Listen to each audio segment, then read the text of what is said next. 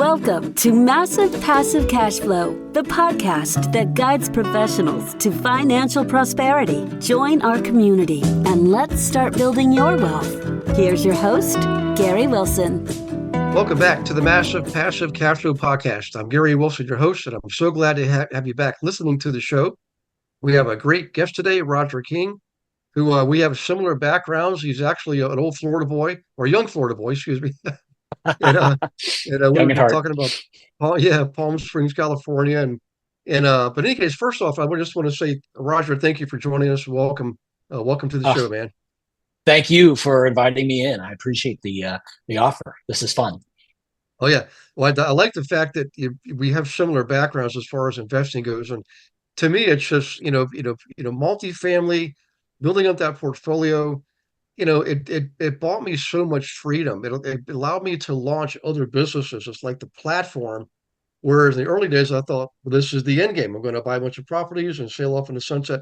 But I didn't. I just kept going. So if you wouldn't mind, tell us about your journey. Like actually, let's go back to what got you into investing. There's usually a pivotal moment. Like none of us are born saying, I'm gonna be an investor, or I'm gonna be a real estate agent. It's usually a fireman, policeman, or astronaut or something like that, But take us from there if you don't mind, Sure, no problem. I'm a musician. I grew up playing drums and gonna be the next Neil Peart and gonna go and rule the world from behind a drum set. And went to Berklee College of Music in Boston. And I just decided, that there were so many guys that were doing so many gigs. I'm like, I can do this too. And those gigs never really came to me. And so after college, moved to Orlando, played in some bands in Orlando, but also at the same time started working in real estate with my father and my brother-in-law. My father, who'd already been in for about 15 years.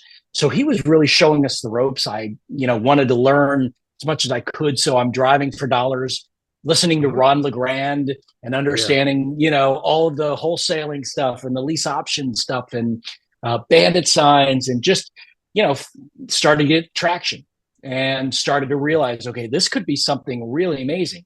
Still playing drums, not having as much worldwide success as some of my friends, but realizing that there is another path that I also enjoy doing, and that's real estate. So I still play drums. I still have a drum set upstairs. It's not as frequent as I would like, but we all have our paths. And, I'm loving where I am and here in Puerto Rico, and mobile home parks and a resort and a glamping project. There's just a lot of different types of real estate things that you can jump into. And you're right, it never ends. I have some new ideas about what I want to do, this year. Cool. So, yeah. Well, let's talk a little bit about what you're doing now. Actually, no, let's do this. Let's go back to so your dad and your brother in the business. Were they investors solely, or are they also in real estate brokerage? I mean, I've met a lot more people that are like me started doing that. But what was that?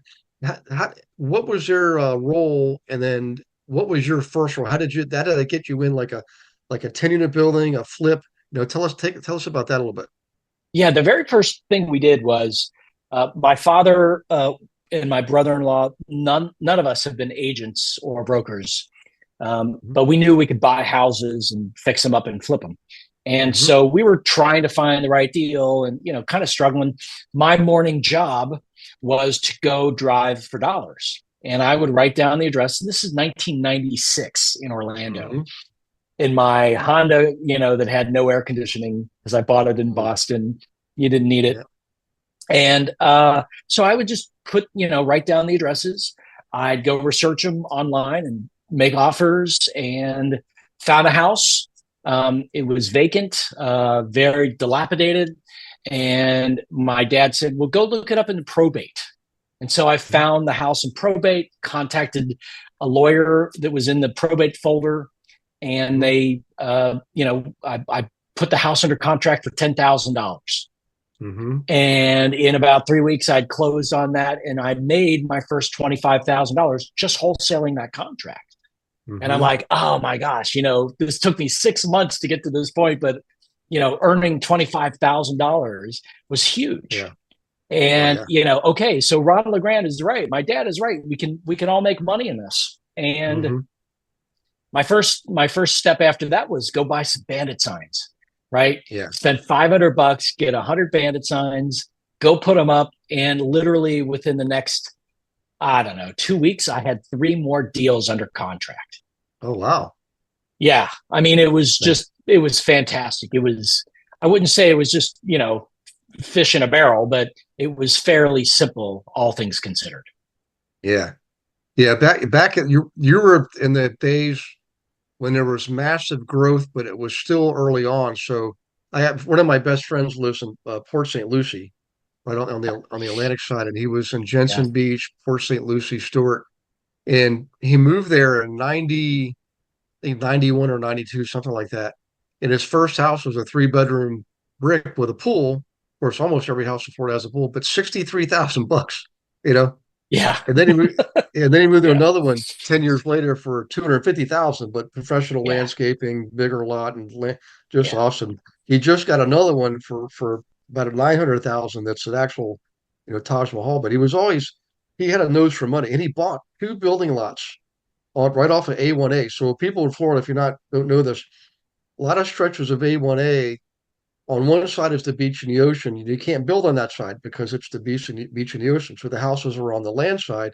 He bought 2 lots for 11,000 apiece, and kept them, till just a few years ago. So in any case, Florida is always, it still is. I know it's gotten, a lot of people, it's competitive, prices going up, but everybody listening here, I just want you to know this is, it's all relative. I mean, Roger and I have both been doing this for 30 or more years, and I'm sure there are times we're thinking, gee, this sure is expensive. And now we're looking back and thinking, gee, that was really cheap, Yeah. So, Yeah. um, so what kind of things are you doing now? Tell us about what's happening right now. I know you've made some changes in where your home is, but um, Yeah. give us an idea of some of the projects, like what was that pathway? You went from the small, flipping, buying things through probate, things like that. Um, and I think I remember you had some rentals in there too. But Mhm. what did that lead you to? Like, what kind of things you're doing now? Well, so sort of the progression would be after the market crash in 2008, was with a company. I'd lost all my equity, kind of lost everything, as many of us did. And, what do you do? How do you rebuild something sort of from the ashes? And I put up bandit signs starting in 2010. I was living in Palm Springs, California. Hmm. And in 2009, 2010, I started put up some bandit signs, got some tire kickers, people saying, hey, what are you doing? And probably I would say in it was December of 2010 that I closed on my first wholesale deal. I made $188,000 30 days after the lady called me. And it was phenomenal. And I've just kind of parlayed that into fixing and flipping houses, loaning money to people, losing money, to Yeah. those same people, partnering with people on fix and flips, raising capital, then building custom homes, and then realizing that, contractors are really taking their sweet time on a lot of things, probably around 2015, 2016. The Yeah. fix and flip market is starting to slow down. And my brain is thinking we're ready for a crash. Yeah. There's going to be a market correction. What works best in a market crash? Well, affordable housing does. So at that point, I started to say, okay, mobile home parks seem like a really good place to start investing for cash flow during an economic downturn. And Okay. so in 2018, we bought our first and second mobile home parks. And fast forward to today, we have 14 of them still on our books. And it's been a remarkable journey of still discovery and, getting your butt kicked. It's not an easy process to go from fixing and flipping houses into commercial real estate with lenders, with tenants, that just really don't care. finding the right parks to buy, finding, which parks are the wrong ones to buy, and just learning all of it. And it's been fun. It's been infuriating. It's been head scratching. But we focus right now on mobile home parks. We have a plan to buy another 1,000 spaces over the next probably year and a half or 2 years. Okay. We're going to be doing another, large capital raise, probably this time $20 to $25 million. And that takes a whole set of, skills to do that, and teamwork to put it all together.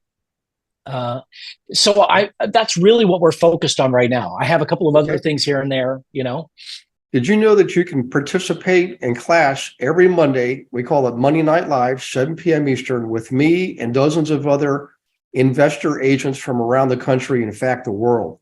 Every Monday, totally free. No selling, no recruiting, just straight up education on anything and everything in real estate. And we have a lot of good guests coming on once or twice a month, bringing in expertise on subjects like how to buy a house with crypto. Okay. How about them apples? What about AI? How's AI affecting our business? How about the metaverse, blockchain processing? We're already using it in title work. So come on to Monday Night Live, be ready to take notes and ask questions, because it's live and engaging, and you get to participate by asking questions and meeting others. So we'll see you there. Go to GaryRealEstateWithGaryWilson.com, click on the resource tab, drop down, and you'll see Monday Night Live. And in there, you can see one of the most recent classes. But more importantly, you can register for class, as many as you want, going up to like the end of the year, I believe. So in any case, do that. We'll see you on Monday Night Live. Look forward to meeting you in person. Take care.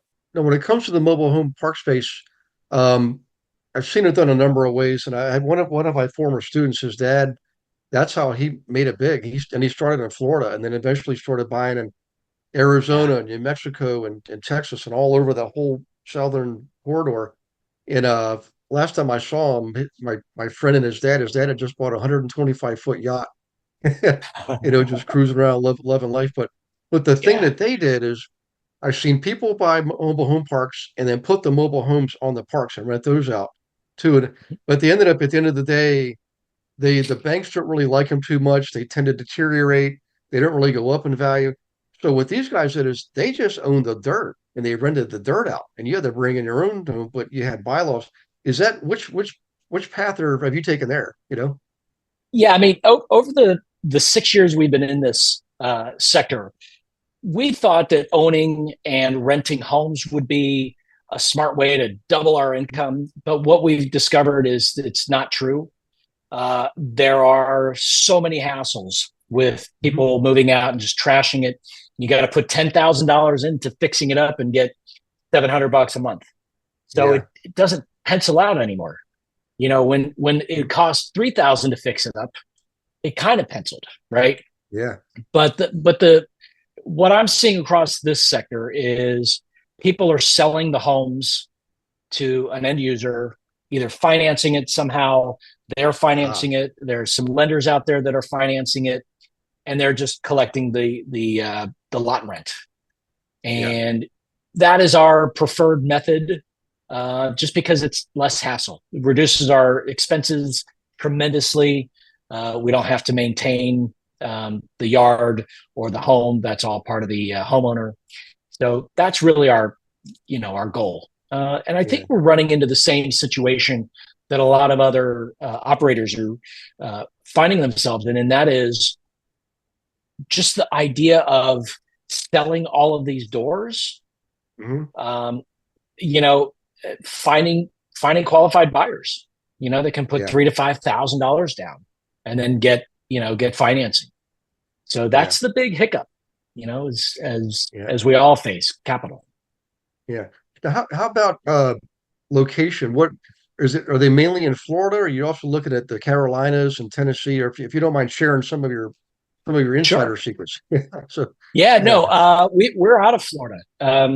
Okay. I don't own anything in Florida. We don't own any mobile home parks and don't really see the desire, mostly I would say because of the insurance costs these days, just ridiculous. And, we're talking about a mobile home. It's not a sturdy asset.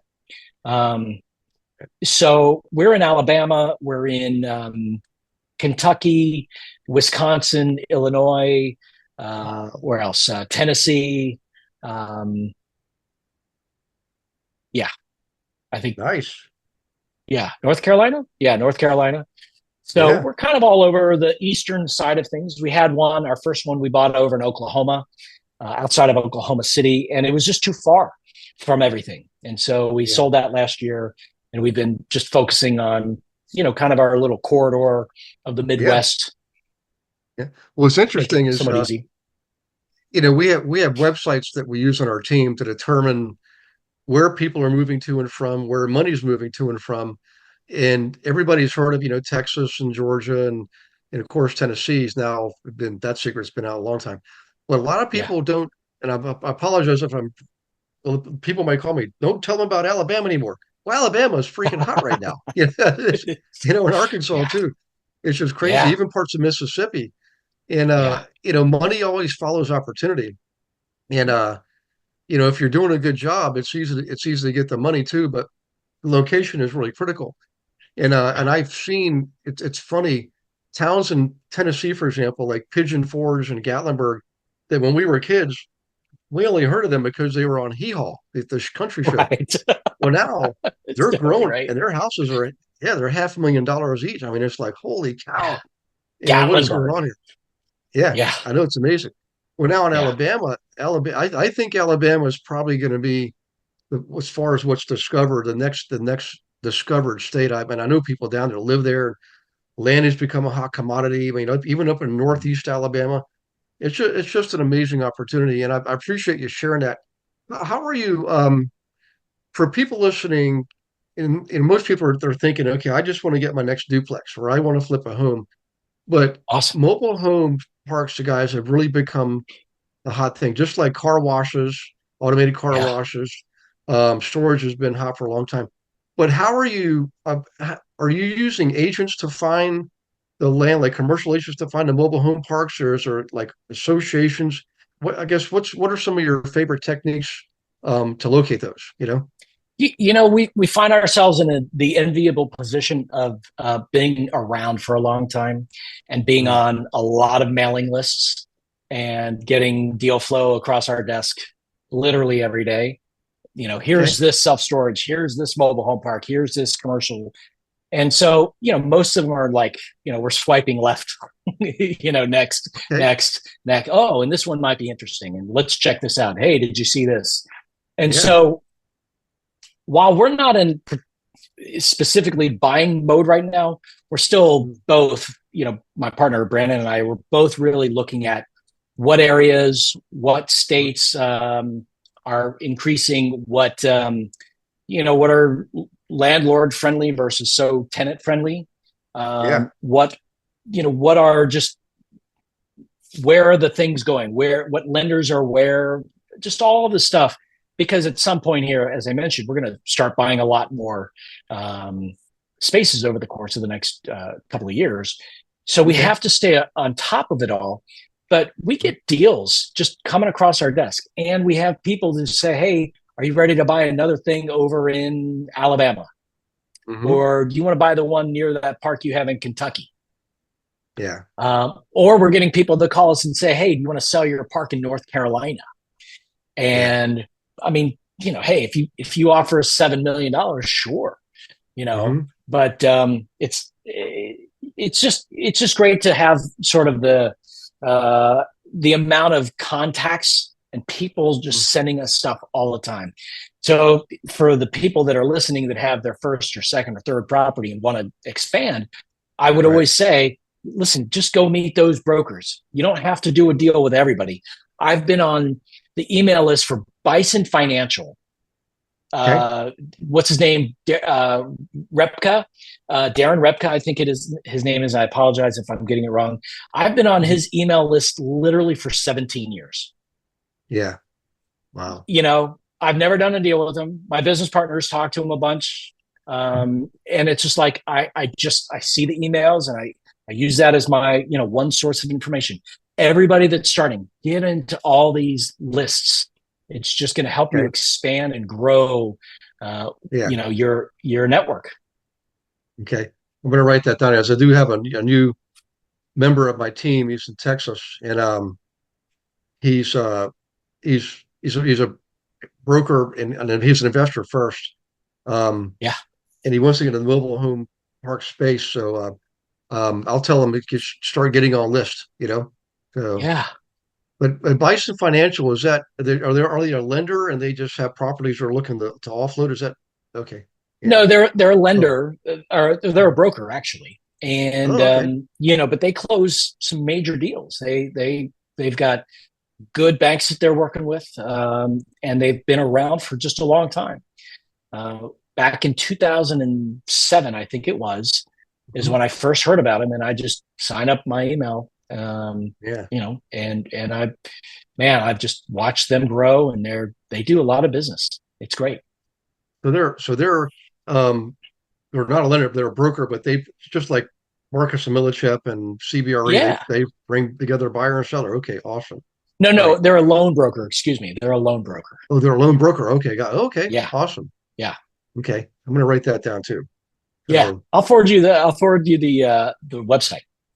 okay, and we can share this. We can put this kind of stuff in the show notes. But also, speaking of show notes, I was looking around and I was really looking forward to this podcast because you got a great website and you've got a lot of blogs, podcast appearances, things like that, and you give people a lot more guidance. I mean, a lot of times people you've got to you know plunk down 25,000, 50,000 bucks just to talk to somebody. It's just crazy. But tell us about your website and how is it that you help others? Is it traditional training? Is it more of a mastermind type setup? Or if you don't mind sharing a bit, because I think you're going to have people wanting to find out about that as a result of this Oh, podcast. thank you. You know, Yeah, thank yeah. you. I feel like, having been in the business, and I'm sure you feel the same way, Hmm. you've gained so much experience, and it's time literally to pass it on. Hmm.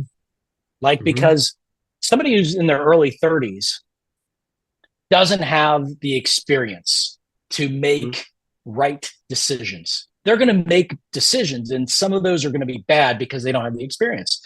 Guys Hmm. like you and I, we have that experience. Hey, don't form your company here, form it over here. Why? Well, charging orders is one major Right. reason why I'm so against forming any kind of entity in California. Yeah, And absolutely. so, Yeah. right. And so the idea is, if you and I can pass this information on, we're like the old jazz musicians, right? That, Mhm. teach the young whippersnappers coming up, hey, you don't need to Yep. play 15,000 minutes of solo. You're just Mhm. going to play a couple choruses and then you're going to take it out. And if they don't Mhm. have us, teaching them, they're just going to learn the lessons the hard way. Yeah. And really, that there's so much fun in real estate, but it's not as fulfilling as it is helping people grow. Yeah. And I'm a Tony Robbins guy. I've gone to Yeah. a lot of his events and platinum partner membership and Mhm. just all of this stuff.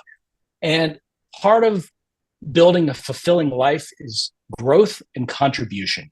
And that's really Mhm. where I find myself right now, focusing on how can I give back to people that don't have the experience, that want to Yeah. learn. That's what I'm focused on doing. Yeah. So let me just see if I got this written down. The so it's called RAI Accelerator, Real Estate Investment Accelerator, Yeah, right? Real Estate Investing Accelerator. That's the program. Okay. And So we're somebody, we're geared towards right now. We're geared towards people that have got 1, 2, or 3 properties already, okay. but they don't know they can get into, how to raise capital, and to grow into their next, property or 5 properties over the course of the next year or 2. Gotcha. Okay. That's why it's called accelerator because they've already gotten their feet wet. They tipped their toe in and they put both feet in. They got to go to property. They probably got bloodied a little bit. Maybe got a Yeah, black eye or bloody nose or lost a tooth or something. yeah, you know, like yeah, us. I people yes. The look at my gray. hair and the gray's coming out. Like, you know what? There's a story behind every one of those. Yeah. So so what's the engagement look like? You do is it like group coaching one on one? Is it all online? Do you do anything live events every now and then? Um, Yeah, it right now. I mean, it's brand new. Uh, okay. the idea is group coaching Mhm. Thursday nights at 7 p.m. Group coaching calls, Okay. 7 p.m. Eastern, And then we also have, modules that we go through. And I'm so open to helping people individually. I even carve out time for that. So it really depends. If somebody needs me to jump in and review a contract or something, sure, shoot it over. I'll give you my 2 cents, and maybe you proceed or make some changes or whatever you need. Love doing that stuff. I eat it up. Yeah. Well, what's cool about this too is that I have a team of real estate agents across. It's called the Global Investor Agent Team, and we're in 38 states, so it's not like we can meet every in person every single day. But it's not necessary. Okay. When the pandemic, thankfully, I knew this back in 2009. I had a brokerage business that I launched it in response to agents not knowing how to work with investors. So I'm going to solve that. I'm going to teach my agents how to work with investors because I was an investor. And after a few months, I realized the agents were never coming to the office, nor were the clients, although we were doing great business. In fact, we were the fastest growing brokerage 3 years running. We doubled in size, literally the first 3 years each year. And but it was during the pandemic years. During the Great Recession years. And we did several thousand transactions because we understood the investor, right? But in any case, I learned right away. I said, look, I'm going to get rid of this big office with the mahogany and the brass and the marble and all this stuff because I was the only one seeing it, and I'd rather see the great outdoors. So I moved everybody one of my other apartment buildings and turned the first floor into, management office. I had a title business, property, the whole 9 yards. And I told the agents, I said, you can come by here anytime you want to make copies, print, do your closings. We can do consultations, stuff like that. But I just want you to know your clients, they don't really want to come to your office. They don't care about the mahogany and the brass and stuff like that. They want you to go to where they are, either their business or their home or the property they want to buy or sell. I said, keep that in mind. Go to where the business is. And all the smart agents always did that, the ones that grew. But we grew across the country as a result of that philosophy. But what I'm getting at is the investors can do the same thing with you in your training. They can be in Wisconsin. They can be in Tennessee and in Kentucky. They can be in Alabama. And the fundamentals, I just want to, I'm not trying to plug Roger's program, although I really actually I am because I like Roger. We have great, very similar background. Everything he's done is exactly what I did. It works. But the thing is, the fundamentals always are fundamentals. They work everywhere. Yes, the market may be different, but the fundamentals never change. It's like supply and demand. It's like the sun rising in the east and setting in the west. The things that you're being taught will work no matter where you are in most English-speaking countries. They follow the same bodies of law, and that's a lot of countries. So, and includes the U.S., by the way, still. So I was going to put the word in still. We still follow those laws, But in any case, get after it, guys. I mean, the difference between people who think and dream and wish and the people that actually have are the ones that actually do. Be a doer, be an action taker. You got to invest in yourself, man. I bet Roger, I know I can tell you what I spent on training over the years, probably easily $1 million over the last 30 years. I mean, I had a mastermind once, $100,000, but didn't you have training from other people who were where you want to be, like they're a level ahead of you, Oh, levels ahead of me, and I felt like in 2015 when I joined the Tony Robbins Platinum Partnership that, this is going to be an amazing year. And oh my God, I mean, I moved to Puerto Rico to hang out with my Platinum Partner friends, and there's like 50 that have moved here. And so it's not just, I want to learn how to, do, something in real estate. I want to grow as a being, right? I want to understand, how do other people see the world? And do I like that differently or not as much as the way I have seen the world, my first 45 years? And, if we're self-reflective and we're saying, okay, this isn't working, maybe this will work. Then that's how you gain success in everything, not just real estate investing. Yeah.